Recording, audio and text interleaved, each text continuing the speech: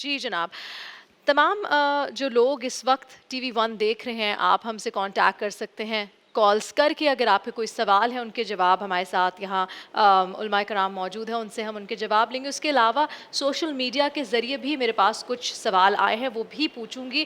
آپ لوگ on line بھی ہم سے سوال کر سکتے ہیں، میری ٹیم وہ سوال مجھ تک پہنچائے گی، یا پھر کالز بھی کر سکتے ہیں. رسول اکرم صلی اللہ علیہ وآلہ وسلم نے فرمایا سوال نصف علم ہے، اور علم حاصل کرنا تو میرے خیال سے ہر کسی پہ فرض ہے. تو کچھ سوال میرے پاس یہاں موجود ہیں. سب سے پہلے میں آپ سے پوچھنا چاہتی ہوں کہ کیا روزے کی حالت میں بلڈ ڈونیٹ کر سکتے ہیں؟ کہتے ہیں نا کہ خون کی وجہ سے پھر روزہ ٹوٹ جاتا ہے، یہ مت ہے، یہ کیا ہے؟ یہ مجھے پلیز اس کی وضاحت کریں. بسم اللہ الرحمن الرحیم نحمدہ ونصلی ونسلم علی رسولہ الکریم اما بعد. آپ نے پہلا سوال یہ کیا ہے کہ روزے کی حالت میں اگر کوئی خون دینا چاہے تو وہ دے سکتا ہے کہ بالکل. نہیں.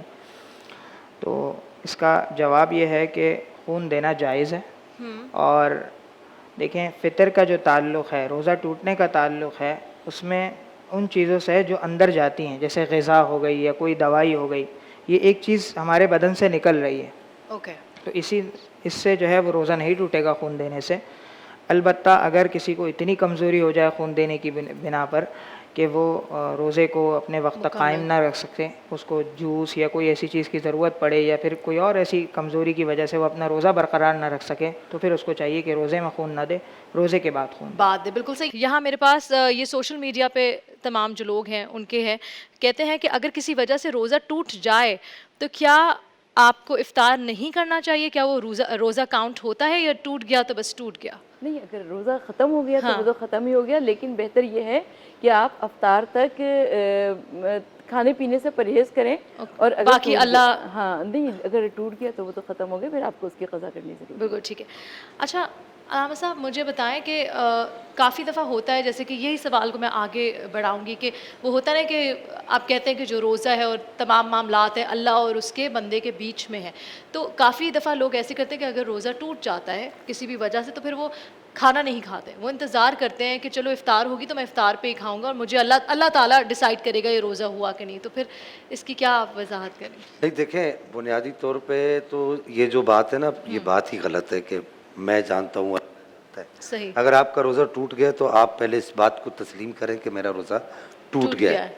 اگر شریعت مطالعہ کے ان اصولوں پر ٹوٹا ہے جن کی وجہ سے قضا لازم آتی ہے، تو آپ مینٹلی طور پر تیار ہو جائیں کہ میں نے اس روزے کو قضا کرنا ہے. ٹھیک ہے. اور اگر شریعت مطالعہ کے ان اصولوں پر ٹوٹا ہے، یعنی وہ اصول آپ نے توڑے ہیں جن کی وجہ سے کفارہ لازم آتا ہے، تو پھر آپ مینٹلی طور پر تیار ہو جائیں کہ میں نے کفارے کے لیے تیار رہنا ہے، اس روزے کا کفارہ ادا کرنا ہے. بالکل. اب رہی یہ بات کہ اس نے جو بیچ میں جو وقت گزارا ہے، جتنا ٹائم گزارا ہے، یہ سارے کا سارا جو ٹائم اس نے بھوک پیاس کی بظاہر ایک مشق کر کے، ایک ایکسرسائز کر کے گزارا ہے، تو اس کا مطلب یہ کہ کہیں نہ کہیں اس کے دل میں ایمان کا کوئی نہ کوئی خانہ خالی ضرور ہے کہ یہ اتنا وقت اس نے ایسے گزارا ہے کہ روزے ہی کی ایکسرسائز اس نے برقرار رکھی ہے.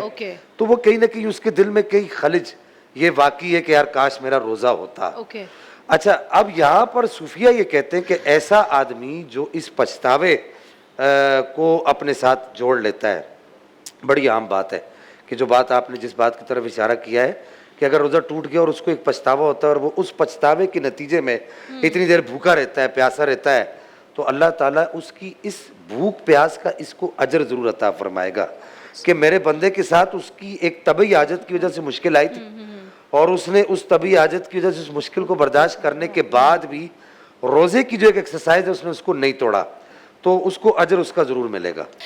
پچھلی کال جو آئی تھی جو ڈراپ ہو گئی، اس کا سوال یہ تھا کہ جو بچے ہوتے ہیں، بیٹے ہوتے ہیں، ان کو کس عمر سے مسجد لے کے جانا چاہیے، جماعت میں نماز پڑھانی چاہیے؟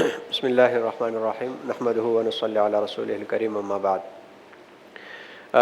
بچے ویسے عام طور پر تو بچوں کے اوپر نماز اور دیگر جو شرعی احکام ہے اس کی فرضیت کا حکم تو مکلف ہونے کے بعد ہے، جیسے وہ بالغ ہو جاتے ہیں. لیکن یہ کہ چونکہ عام طور پر شریعت مطہرہ میں اور اسی طرح احادیث مبارکہ میں بھی اس بات کی ترغیب آئی ہے کہ بچوں کو 7 سال کی عمر سے نمازوں کے عادی بنا لینا چاہیے، اور جب 10 سال کی عمر ہو جائے تو پھر ان کو نماز چھوڑنے پر ان کو یعنی اس ڈانٹ ڈپٹ یا مناسب طریقے سے اس کی تنبیہ بھی کر لینی چاہیے. تو اگر بچے 7 سال کی عمر تک پہنچ جاتے ہیں اور وہ مسجد میں جانے کی اور اس کی آداب اور پاکی طہارت وغیرہ کی وہ لحاظ رکھ سکتے ہیں تو ایسی صورت میں ہمیں اسے مسجد میں لے جا کر ان کی ان اعمال کی عادت ڈال لینی چاہیے. بالکل ٹھیک ہے. تھینک یو سو مچ مفتی صاحب. اور یہاں وقت ہوا ہے ایک بریک کا. بریک کے بعد ہم واپس حاضر ہوں گے. دیکھتے رہیے نور رحمان عشق رمضان. مولایا صلی وسلم